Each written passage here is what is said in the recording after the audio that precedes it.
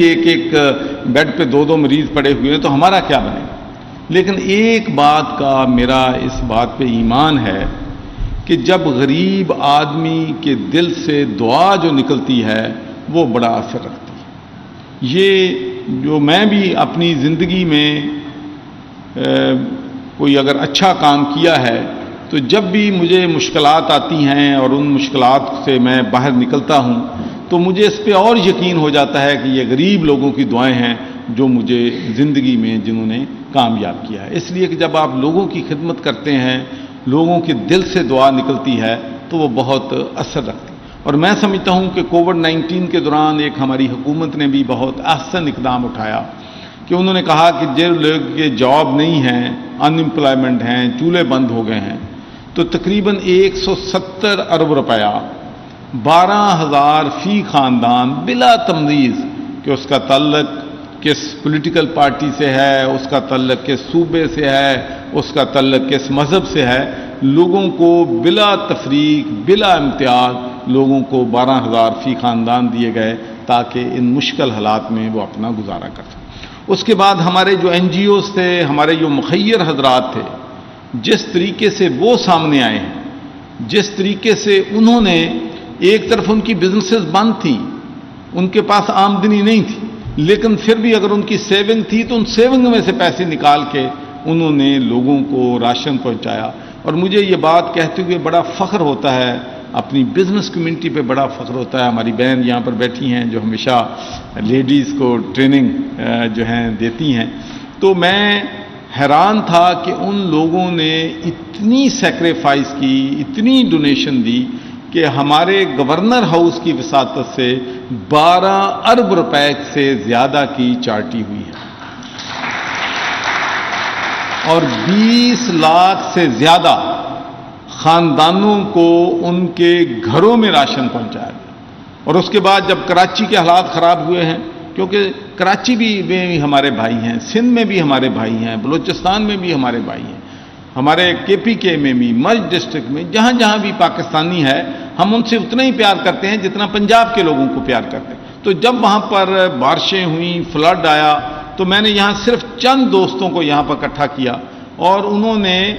آدھے گھنٹے میں 50 کروڑ روپیہ جو ہے پلج کر دیا کہ وہاں پر ہم جو ہے راشن تقسیم کریں. اس کے بعد جب میرپور میں اور ادھر آزاد کشمیر میں زلزلہ آیا تو 28 بڑے ٹرنکرز ہم لے کے وہاں پر 24 گھنٹے کے اندر ان لوگوں کی مدد کے لیے پہنچ گئے تھے. تو یہ ہے ہمارے لوگوں کا جذبہ، یہ ہے ہمارے لوگوں کی کمٹمنٹ، یہ ہے ہمارے لوگوں کی دوسروں کے ساتھ مدد کرنا. اور ایک بات جو سب سے اہم بات ہے جس کو میں سمجھتا ہوں کہ ہمیں پروموٹ بھی کرنا چاہیے اور اس پہ ہمیں فخر بھی کرنا چاہیے کہ میں نے ساری زندگی یورپ میں گزاری ہے، تو وہاں پر ہمیں جو پولیٹیکل ورک ہے یا وہاں پر جو چارٹیبل انسٹیٹیوشنز کام کر رہے ہیں ان میں ہمیں 50-60 پلس لوگ تو ملتے ہیں، نوجوان نہیں ملتے.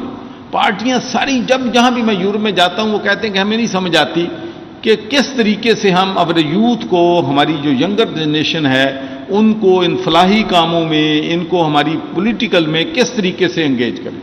لیکن پاکستان میں اللہ کا شکر ہے پولیٹکس ہے تو اس میں بھی یوتھ بہت انگیج ہیں، لیڈ لے رہے ہیں. اور سب سے خوشی کی بات یہ ہے کہ جہاں بھی میں جاتا ہوں،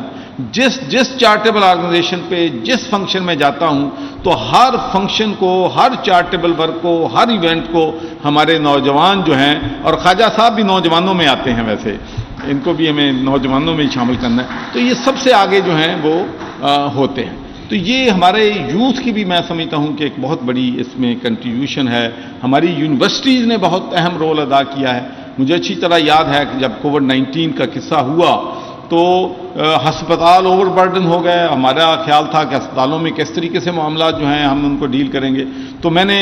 وائس چانسلر جو ہے ہمارے یونیورسٹی آف ہیلتھ سائنسز کے جوید اکرم صاحب کو بلایا. میں نے کہا کہ بھئی ایک ہم نے وہاں پر ٹیلی ہیلپ لائن شروع کی تھی برطانیہ میں. That was the most successful initiative in UK کہ لوگ گھر بیٹھے اپنا فون کر کے اپنا جو ہے اپنی صحت کے بارے میں دوسری چیزوں میں چیک کر سکتے ہیں. تو ہمیں ٹیلی میڈیسن سینٹر ہیلپ لائن کھولنی. تو یو بی سرپرائز کہ 24 گھنٹوں میں پہلی ہماری ہیلپ لائن جو ہے یونیورسٹی ہیلپ سروس میں کھل گئی. اور اس کے بعد 40 جو ہیں ایسے ہم نے ہیلتھ ٹیلی میڈیسن ہیلپ لائن سینٹر قائم کیے، جس سے لاکھوں لوگ جو ہیں جن کو ہسپتالوں میں جانا تھا، گھر بیٹھے ویڈیو پہ ٹیلی فون پہ ان کو جو ہے ان کا علاج، ان کو دوائی ان کو بتا دیا گیا، اور صرف 2% یا 1% لوگ تھے جن کو ان میں سے ہسپتال جو ہے جانا پڑا۔ اور سب سے فخر کی بات یہ ہے کہ with in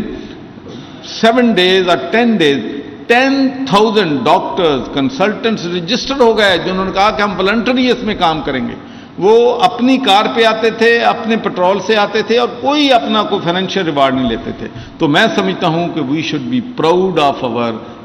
health workers, doctors, nurses, consultant who done a tremendous job for our country and for our nation. بہت بڑا کام جو ہے ہمارے ڈاکٹرز نے، ہماری نرسوں نے کیا ہے۔ میرا خیال میں نے کافی لمبی تقریر کی ہے آج، تو ہم چاہتے ہیں کہ جن ہماری بہنوں کو، اور ایک مجھے یہ بھی بڑی خوشی ہے کہ جب بھی میں ایوارڈز جب دینے ہوتے ہیں، جہاں کہیں بھی جاتا ہوں تو وہاں پر خواتین ایز اے ٹوکن، مجھے لگتا ہے ایز اے ٹوکن جیسچر ان کو بلایا گیا ہے۔ اس میں سے اگر 10 ایوارڈ دینے ہوتے ہیں تو 9 مردوں کو دیتے ہیں، 1 خاتون کو دیتے ہیں۔ لیکن ڈیورنگ کووڈ-19 میں نے یہ دیکھا کہ ہماری خواتین جو ہیں مردوں کے مقابلے میں آگے تھیں۔ تو 2 مواقع ہیں جس میں مجھے خوشی ہے، ایک تو گورنرز ایوارڈ ہم دے رہے ہیں آج، میرے خیال میں ہماری بہنوں کی تعداد جو ہے بھائیوں کے مقابلے میں ان ایوارڈ سرمنی میں زیادہ۔ اور دوسرا میں دیکھتا ہوں کہ جب میں، آپ کو معلوم ہے کہ as a governor Punjab I am the chancellor of 70 public and private university, تو جب میں گھر سے نکلتا ہوں تو میں سوچتا ہوں کہ کوئی تو ایک یونیورسٹی ہوگی جس میں لڑکے جو ہیں لڑکیوں سے بہتر پرفارم کر رہے ہیں۔ تو میری ہمیشہ خواہش ہوتی ہے کہ کوئی ایک ہی یونیورسٹی میں چلا جاؤں جس میں 60% میں لڑکوں کو گولڈ میڈل دوں، سلور میڈل دوں، اور 40% یا 50-50 ہو جائے۔ لیکن ابھی تک یہ میری خواہش پوری نہیں ہوئی۔ یقین مانیں کہ جب میں اگر 100 میڈل دیتا ہوں تو 80 میڈل جو ہیں ہماری بیٹیاں جیت رہی ہوتی ہیں، صرف 20 میڈل لڑکوں کو مل رہے ہوتے ہیں۔ تو ہماری خواتین جو ہیں ماشاءاللہ ہر فیلڈ میں بہت بہتر جو ہیں